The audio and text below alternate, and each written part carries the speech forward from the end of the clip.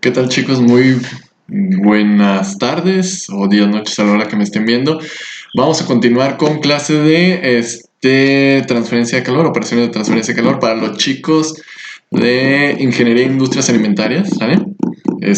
Vamos a comenzar con lo que viene siendo su unidad número 3, que tiene como título intercambiadores de calor. ¿Sale, chicos? Entonces, pues vamos a empezar primeramente con parte de teoría y definiciones importantes que hay que ver, ¿vale? Entonces, vamos a empezar precisamente definiendo características y fundamentos de los intercambiadores de calor. Primero, pues, decir qué es un intercambiador de calor, ¿sale? Entonces, dejen nada más, hago un poquito más grande esto para que lo puedan ver. Muy bien. Entonces aquí tenemos una definición que nos dice que los intercambiadores de calor, su nombre de hecho se define por sí solo, son aparatos que facilitan el intercambio de calor entre dos fluidos que se encuentran a temperaturas diferentes y precisamente esta es la característica principal de la que diferencia a un mezclador de un intercambiador de calor, es que precisamente en el intercambiador de calor los fluidos no se van a mezclar. ¿Sale? Nada más van a intercambiar calor, pero en ningún momento se deben de mezclar los fluidos, ¿sale? Entonces, en un intercambiador de calor, la transferencia de calor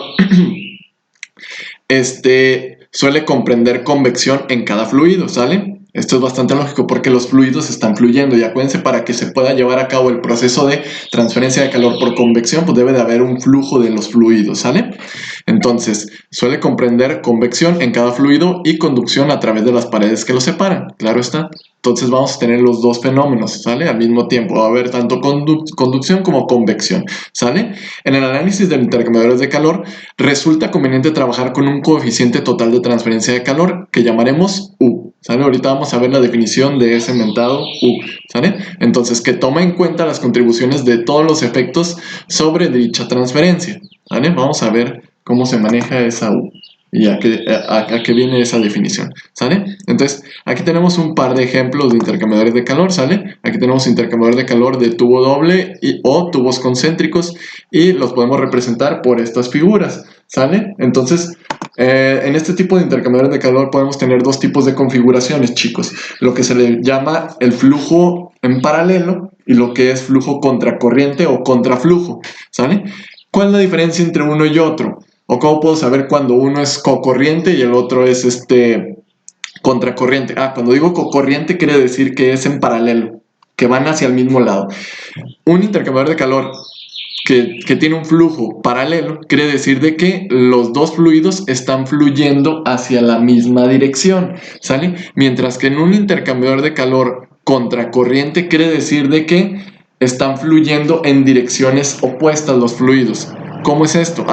Yo tengo este intercambiador de calor aquí, de tubos concéntricos, y por la parte inferior está entrando un fluido que es un fluido con una temperatura fría y un fluido caliente, ¿sale? Y entran muy cercanos en una sección de entrada y fluyen los dos hasta llegar a sus salidas, ¿sale? Que son las que tenemos por acá, ¿sale? Quiere decir que están fluyendo hacia la misma dirección los dos, mientras que en un intercambiador de calor a contracorriente, pues es al contrario. Por una esquina del intercambiador de calor entra un fluido y por la otra orilla entra otro fluido, ¿sale? Y pues salen por direcciones contrarias. ¿Qué quiere decir? Que en el recorrido los flujos van a tener direcciones contrarias, ¿sale? Aquí lo podemos ver en la figura, es bastante sencillo. ¿Eso en qué repercute? Eso repercute precisamente en los perfiles de temperaturas que usted obtendrá a lo largo, o que pudiera medir precisamente a lo largo del intercambiador de calor. ¿Qué quiere decir esto? Por ejemplo, en un intercambiador de calor de flujo paralelo, ¿sale? O cocorriente, ¿sale? Ustedes a la entrada van a tener pues una temperatura alta y una temperatura baja, ¿no? A la entrada del intercambiador de calor, porque pues son las temperaturas a la entrada. Y a la salida lo que vemos es de que las dos temperaturas de nuestros fluidos van a tender a estabilizarse en una sola temperatura, ¿vale? Así es como trabajan estos. Mientras que si tú trabajas con intercambiadores de calor que funcionan a contracorriente, ¿vale, chicos? Como el cambio de temperaturas pues va a ser que uno precisamente va a aumentar su temperatura y el otro disminuirá la temperatura. Estas líneas de aquí indican la dirección, ¿sale? No quiere decir que las dos vayan para abajo, no. Quiere decir que precisamente aquí indican la entrada del intercambiador y esta acá indican la salida. Entonces, uno precisamente en en este ejemplo, el fluido frío entra a una temperatura baja y conforme va moviéndose en el intercambiador va aumentando su temperatura. ¿Por qué? Porque va intercambiando calor con el fluido caliente de esta tubería que va aquí. Entonces el fluido caliente, al perder calor, pues tiene que bajar su temperatura. Entonces la temperatura del fluido frío va a ir aumentando, mientras que la del fluido caliente pues va disminuyendo. Y a la salida, pues el fluido frío ya va a tener una temperatura más alta que a la entrada, y el fluido caliente pues va a tener una temperatura más baja que la de la entrada, ¿sale? Este punto de aquí indica el punto de entrada, este punto de aquí indica el punto de salida, ¿vale? O depende de cuál estemos hablando, claro está, ¿sí?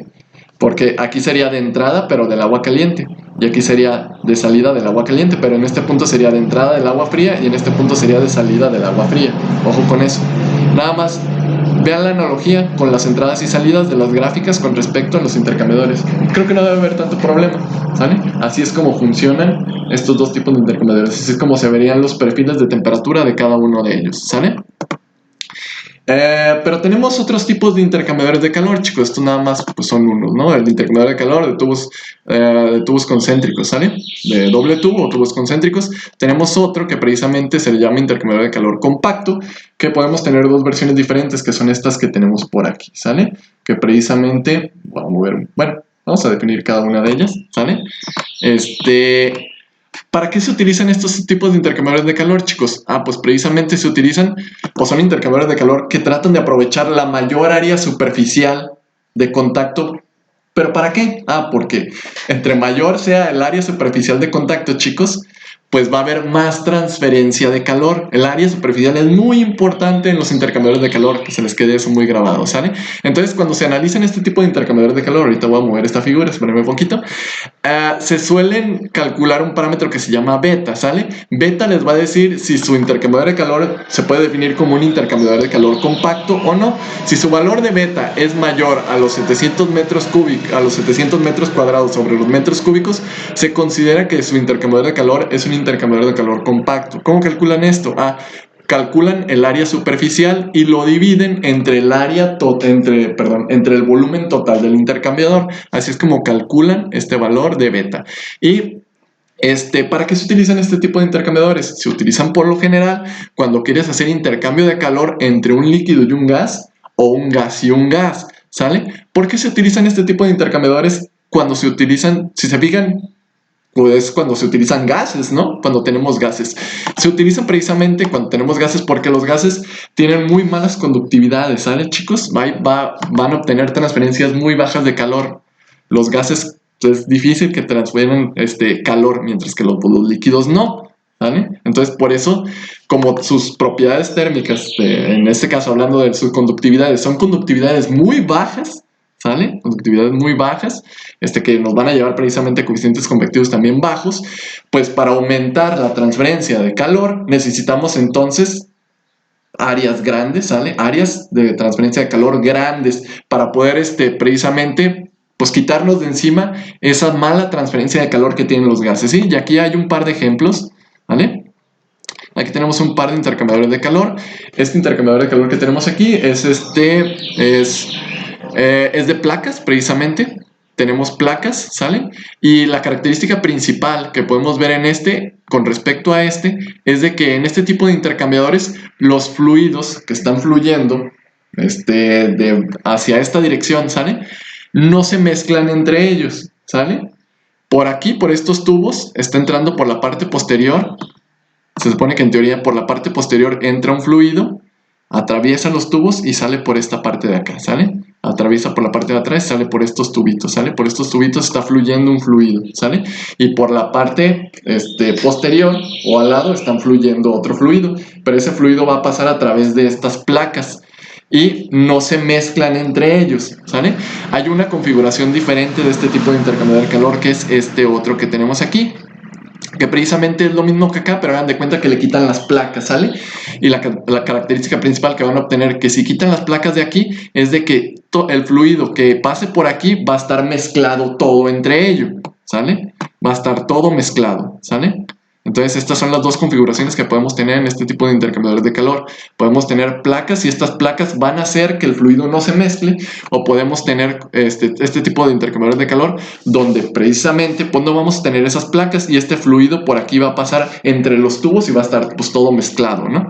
Vale. Entonces espero que se entienda esa parte, chicos. Otro tipo de intercambiador de calor es uno que se le conoce como tubos y coraza, ¿vale?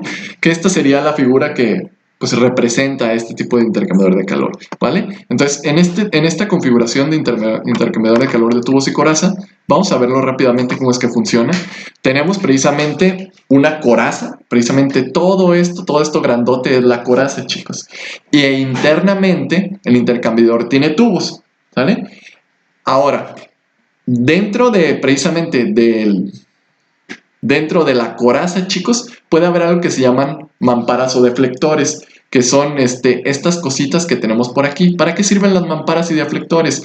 Precisamente nos sirven para que el fluido que entra por aquí y llena toda la coraza se mezcle, ¿vale? Entonces el fluido entra por aquí, chicos, y entra y pasa por las tuberías, por estos tubos de aquí, y sale por esta salida. Tengo otro fluido que entra por aquí e inunda la coraza y tiene y sigue esta ruta de flujo, ¿sale? Precisamente estos deflectores o mamparas ayudan para que haya un mejor mezclado y haya una mejor transferencia de calor, ¿sale? Es como cuando, por ejemplo, cuando ustedes agitan su taza de café o algo, ¿no?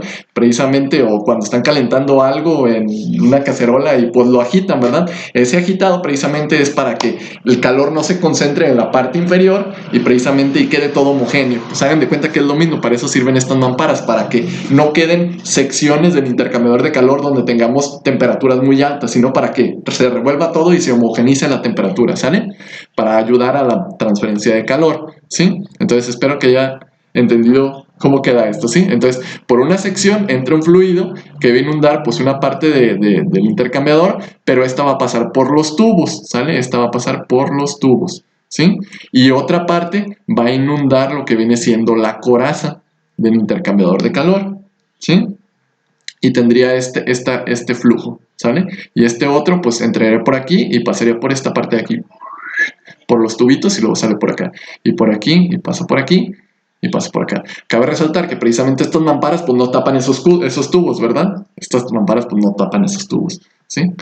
Entonces esa es otra de las configuraciones, y de este tipo pues tenemos de dos sopas, que son estas que tengo por aquí. Déjenme lo hago más chiquito para que lo alcancen a ver. Ahí está. Podemos clasificarlas en estas dos.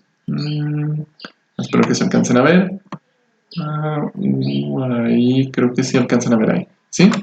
Ahorita les digo qué es lo que dice por acá, chicos. Pues puedo hacerlo más grande. No, mejor así lo dejo. Podemos clasificar estos tipos de intercambiadores de calor en estos que tenemos por aquí, ¿sí? Que precisamente puede ser dependiendo del número de pasos, ¿sale? Del número de pasos por la coraza, y pues precisamente el número de pasos se le conoce pasos por el tubo, ¿sí? Miren, aquí tenemos este ejemplo que precisamente nos dice que aquí tenemos un fluido del lado de la coraza. Este fluido entra aquí y va a inundar precisamente la coraza, ¿sale? Entraría por aquí y sale por acá. Y tenemos otro fluido que entra precisamente por el tubo, ¿sale? Entraría por aquí, pasaría, haría esto y luego da una vuelta y regresa por acá, ¿sale? Entonces, a este tipo de intercambiador se le conoce como de un paso por la coraza y dos pasos por el tubo. ¿Por qué es un paso por la coraza y dos pasos por el tubo? Porque este tubo entra una vez a la coraza y no vuelve a salir hasta que sale, valga la redundancia. Y si se fijan, este tubo pasó una vez, se dobla y tuvo dos pasos por la coraza, por eso se le conoce como, perdón, tiene dos pasos por el tubo, ¿sale? Pero nada más tiene un paso por la coraza porque entra y sale. Vamos a ver esta otra configuración. Igual aquí entra un fluido, ¿sale? Inunda toda la coraza, el fluido entra por aquí y se va por aquí. Esta mampara hace que se venga hasta por acá y luego se viene por aquí y sale por acá, ¿sale? Y ahora tenemos el fluido que entra por el tubo. Este fluido entra por el tubo así y luego da una vuelta para acá. Y después el tubo sale de la coraza, chicos. Este tubo sale de la coraza para volver a entrar a la coraza y después regresar. ¿sale? A este tipo de intercambiador se le nombraría como de 2 pasos por la coraza, 2 pasos por la coraza porque el tubo salió de la coraza en esta sección, el tubo salió de la coraza, por eso se dice que 2 pasos por la coraza, pero el tubo, ¿cuántas veces da vueltas por aquí, adentro de la coraza? Da vueltas 4 veces, quiere decir que es de 4 pasos por los tubos, así se le conoce, ¿vale? Es un poco, ¿cómo decirlo? Rebuscadas las definiciones, pero pues así se les conoce, chicos. ¿Qué le podemos hacer? ¿Sí? Entonces nada más que se les quede grabado precisamente estas definiciones, ¿sale? ¿Cómo se le conoce cuando es paso por la coraza? ¿Qué quiere decir paso por la coraza? ¿Y qué quiere decir paso por los tubos? ¿Sale? Con estas figuras se puede entender fácilmente, chicos. Si tienen dudas, pues nada más den una checada a estas figuras otra vez. Oh, Dios mío. Y pues en teoría no deberían de tener problema para entender esta parte, ¿sí? Entonces vamos con la siguiente diapositiva. Ahora vamos a hablar un poquito sobre algo que tiene que ver con resistencia total. Cuando nosotros hagamos nuestros ejercicios, o mejor dicho, vamos a hablar ya precisamente sobre el coeficiente total de transferencia de calor, esa cosa que les dije al inicio que se llamaba U, que es muy importante cuando se hacen análisis de intercambiadores de calor. Ese se tiene que medir siempre que vas a utilizar un intercambiador de calor, ¿sale, chicos? ¿Por qué? Porque precisamente U es la suma de las resistencias totales, que precisamente son las resistencias que va a haber hacia la transferencia de calor, ¿sale? Entonces, si U va a ser función de las resistencias totales, vamos a definir cómo se define precisamente, valga la redundancia, una resistencia total. La resistencia total la podemos definir como las resistencias, esta RI y esta R0 indican las resistencias convectivas del fluido de 2 diferentes lados de una tubería. Y esta R en la pared indica la resistencia por conducción de calor. Acuérdense que son 2 procesos diferentes de transferencia de calor. Entonces, esta ecuación se obtiene precisamente del análisis de esta tubería. Vamos a analizar esta tubería, chicos. Aquí tengo una tubería. Bueno, precisamente pues si se fijan, son 2 tubos, ¿sale?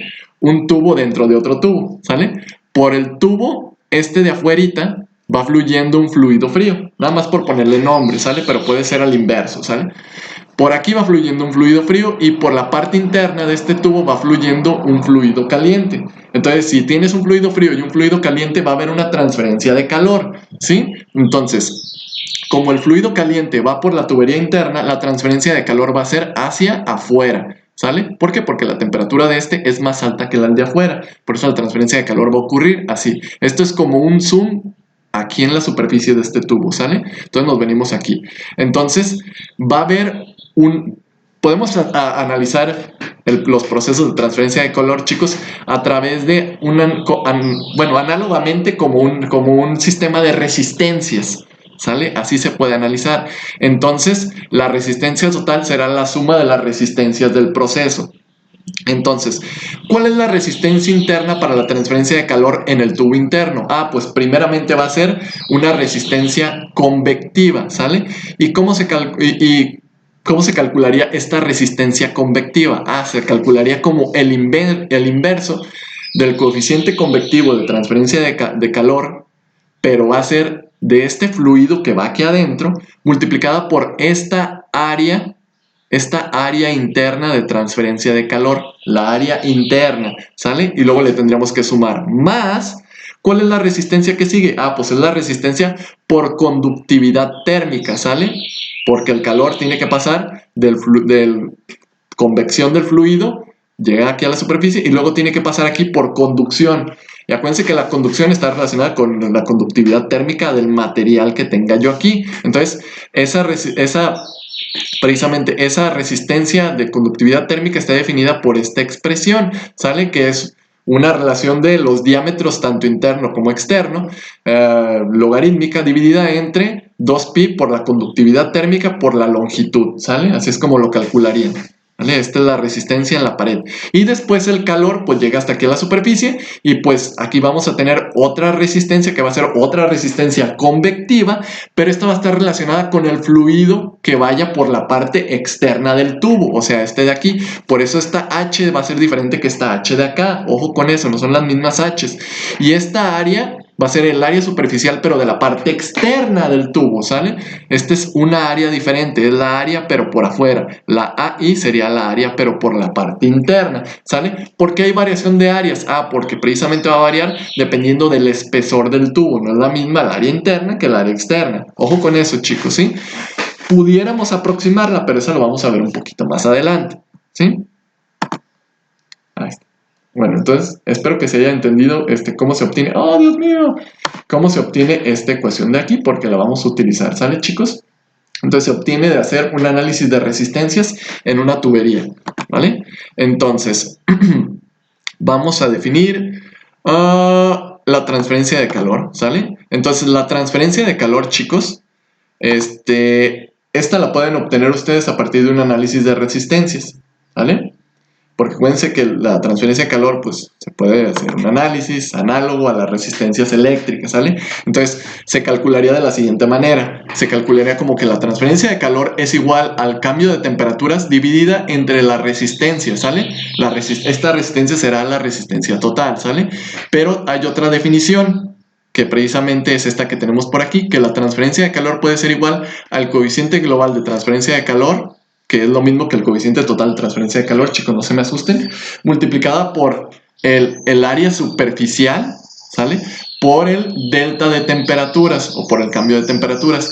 Y esta se puede igualar a el coeficiente convectivo de la parte interna por el área precisamente de transferencia de calor de la parte interna de la tubería por el delta T de temperatura, ¿sale? El delta T pues es el delta T, no puede haber el delta T interno, ¿sí? Entonces, y aquí esto también debe de ser igual en teoría al coeficiente convectivo de transferencia de calor, al coeficiente convectivo total o global, perdón, de transferencia de calor, U0, pero de la parte externa de la tubería, de la parte externa de la tubería, ¿sale? Por el área, aquí esto, aquí tengo un error, ¿eh? Aquí es A0, por el área superficial externa de la tubería por el delta T, ¿sale? Esto se obtiene de un análisis de resistencias.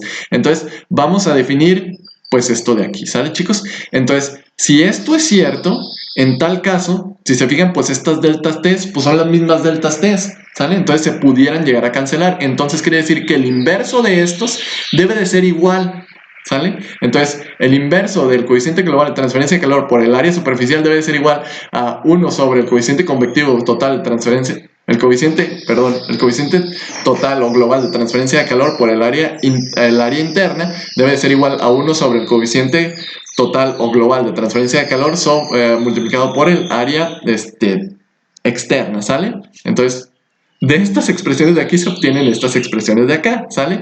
Y esto es igual a la resistencia. ¿Por qué? Porque precisamente esta U es precisamente todas las resistencias, ¿sale? Entonces podemos decir de que si esto es igual a esto, entonces ya quedamos que R es igual a esto otro que tenemos por acá, ¿sale? A esta definición que tenemos por acá, ¿sí? Es lo mismo, ¿vale? Ahora podemos hacer algunas consideraciones cuando hacemos ejercicios, chicos. Si la pared esta de aquí, si la pared de la tubería interna, esta de aquí, chicos, oh Dios mío, no alcanzan a ver, si es, más bien esta, si esta pared de aquí, esta de aquí, ¿sale? Esta de aquí, que es la misma de aquí, si esta es muy, muy, muy chiquita, ¿sale? Las áreas internas como externas van a ser casi iguales. Por lo tanto, podemos suponer que sean iguales y podemos cancelarlas. Si esta es igual que esta y es igual que esta y esta es igual que esta, entonces se pueden cancelar todas esas. ¿Y cómo les queda su expresión? Pues les quedaría así. Otra cosa también me faltó decirles.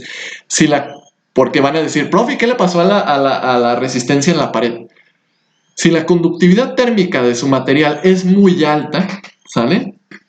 Entonces, ¿qué pasa si esta K es muy alta? Y estos valores son muy cercanos entre sí. Si estos valores son muy cercanos entre sí, chicos, este valor pues va a tender a 1. Y acuérdense que el logaritmo de 1, ¿cuánto es? Logaritmo de 1 va a ser 0. ¿Sale? Entonces este término se acerca a 0 si estos diámetros son muy cercanos. ¿Sale? Pues claro que no van a ser nunca iguales, porque si son iguales, pues no habría un grosor de la tubería, ¿verdad? pero podemos hacerlos muy pequeños. Si estos valores son muy pequeños, pues este valor del logaritmo va va a tender a 0, ¿sale?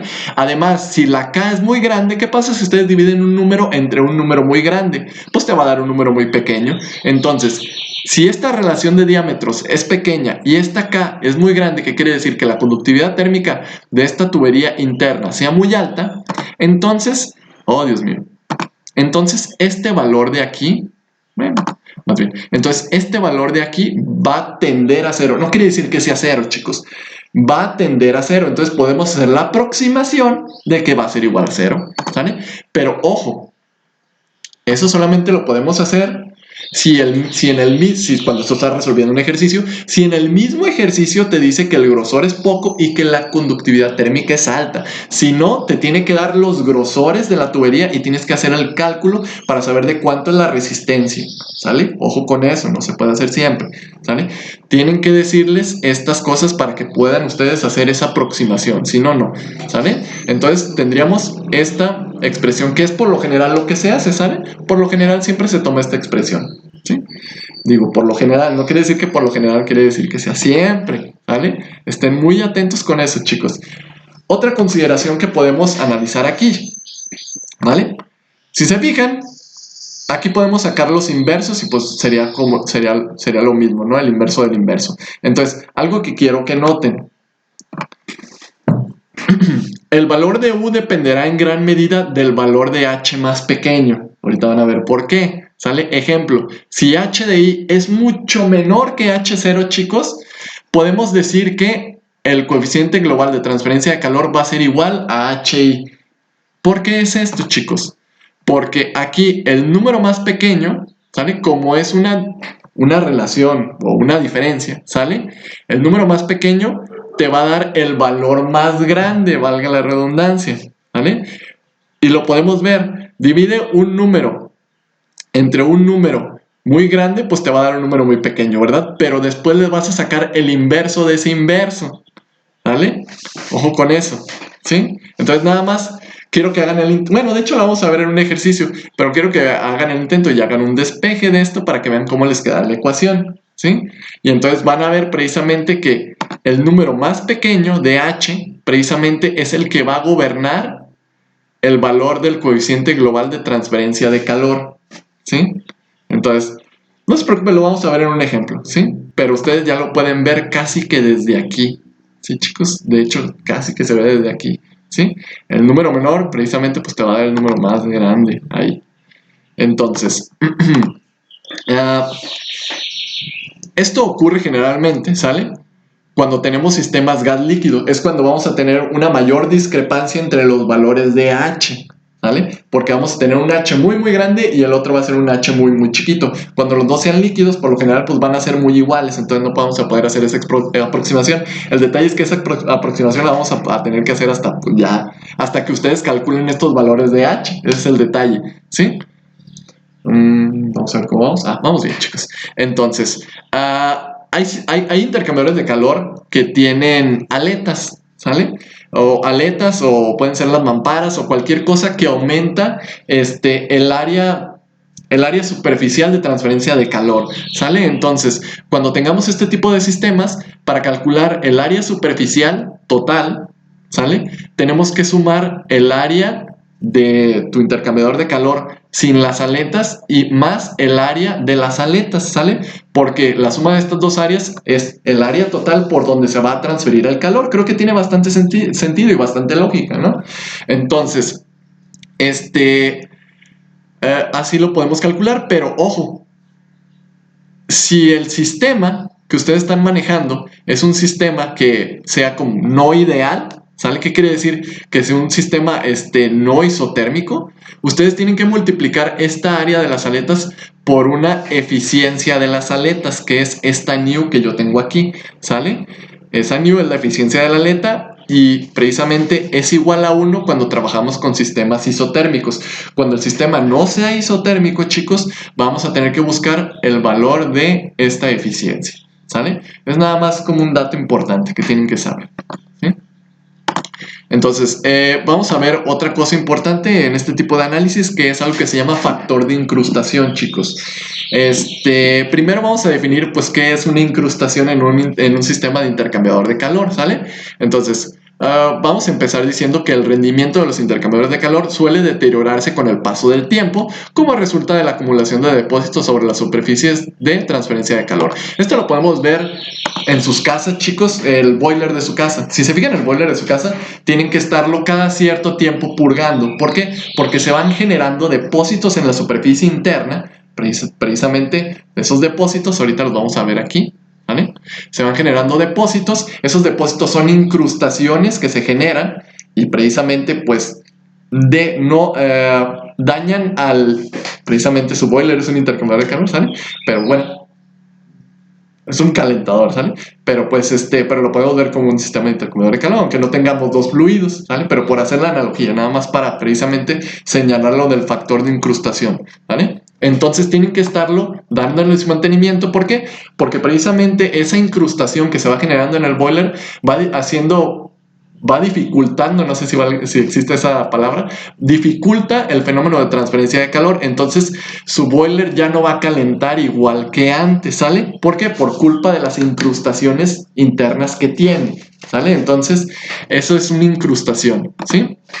Entonces son depósitos que se van generando en las partes internas o externas donde se lleva a cabo el fenómeno de transferencia de calor, ¿sí? Entonces la capa de depósito representa una resistencia adicional para esta transferencia y hace que disminuya la razón de la misma en un intercambiador, ¿sale? Entonces esos depósitos generan una resistencia extra. ¿Qué quiere decir? Que nuestra ecuación de resistencias totales, aquí nosotros le tendremos que poner una resistencia extra, precisamente por un factor de incrustación, ¿sale? Entonces, el efecto neto de las acumulaciones sobre la transferencia de calor se representa por un factor de incrustación que vamos a llamar RF. Entonces, RF lo vamos a nombrar como factor de incrustación y lo vamos a agregar a nuestra ecuación, ¿sale? Cabe resaltar, creo que es bastante obvio de que si tú estás trabajando con un intercambiador de calor nuevo, pues como va a ser nuevo, no va a tener incrustaciones, entonces esta RF va a valer 0. Pero si estás trabajando con un intercambiador viejo, vas a tener que calcular precisamente cuánto es ese factor de incrustación. ¿Por qué pueden aparecer las incrustaciones en un sistema de intercambiador de calor? ¿Vale? Llámese intercambiadores de calores, condensadores, evaporadores, ebullidores, etcétera, etcétera, ¿sale? Pueden aparecer por distintas cosas, pero estas son las principales. Pueden aparecer tanto por precipitación, por corrosión, por incrustación química o incrustación biológica, ¿sale, chicos? Por precipitación, pues pudiera ser de que precisamente a lo mejor pudiera haber un cambio de fase y precisamente quedan las sales en la superficie y esas sales pues pudieran ser puedan generar incrustaciones, ¿no? Por corrosión, chicos, pues precisamente pues pudiera estar por ahí pasando alguna sustancia que sea corrosiva, pues algunas sales, ¿sale? Y la corrosión, acuérdense que ustedes aumentan precisamente con la temperatura, ¿sale? Entonces va a haber incrustación de sales en la superficie del intercambiador. Esa es la corrosión, ¿vale? Acuérdense que es ese tipo de proceso, ¿sí? Es una reacción ahí, ¿sale? Incrustación química, porque a lo mejor pudiera estar reaccionando alguna especie que está dentro del intercambiador con las superficies y pues se queda ahí incrustado, ¿no? O incrustación biológica, que precisamente pudiera ser que se genere lama o cualquier otra, o pudiera ser como lama o que se genere cualquier agente biológico que queda ahí en la superficie, ¿sí? Entonces tú tendrías que utilizar algún agente para poder eliminarlo, esa incrustación biológica, ¿sí? Pues que precisamente lo principal que ustedes pueden ver en sus casas es como cuando se genera lama, ¿vale? Esa lama, ¿vale? Entonces, estamos hablando del factor de incrustación. Entonces, como les había comentado, RF es igual a 0 cuando estás trabajando con un intercambiador de calor nuevo. Y este factor de incrustación, aquí me faltó una R, una disculpa. Este factor de incrustación, chicos, depende de un montón de cosas, pero las principales vendrían siendo de la temperatura de operación con la que estés trabajando tu intercambiador de calor, la velocidad con la que estén fluyendo los fluidos y de qué tanto estés utilizándolo, ¿sale? O sea, la duración del servicio, ¿sí? Ahora hay que resaltar algo. RF aumenta con los aumentos de temperatura, ¿sale? Precisamente esto se ve mucho por la corrosión. El fenómeno de corrosión aumenta con las temperaturas, ¿sale?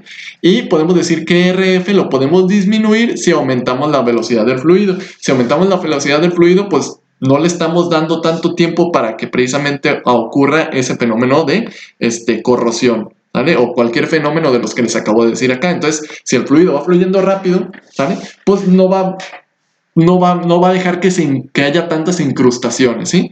Entonces, si tú quieres que un intercambiador de calor no se te eche a perder, pues que no trabaje a temperaturas tan altas y que el flujo del fluido sea rápido, ¿vale? Que fluya rápido para que arrastre esas incrustaciones, ¿no? O para que no deje que se formen las incrustaciones, cualquiera de los dos, ¿vale?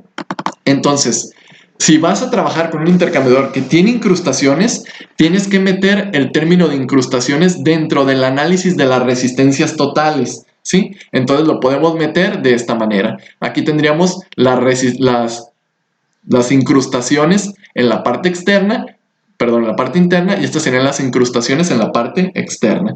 Y tendrían que estar divididos sobre cada una de sus áreas interna y área externa, ¿sale? Así es como se pondría, ¿sí? En su expresión, ¿vale?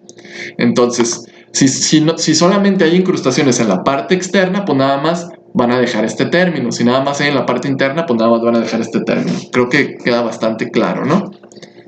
Entonces, déjame ver si ya le cortamos hasta aquí. Ok, chicos, sí, hasta aquí le vamos a cortar por este video. Entonces esta pues vendría siendo la parte de teórica.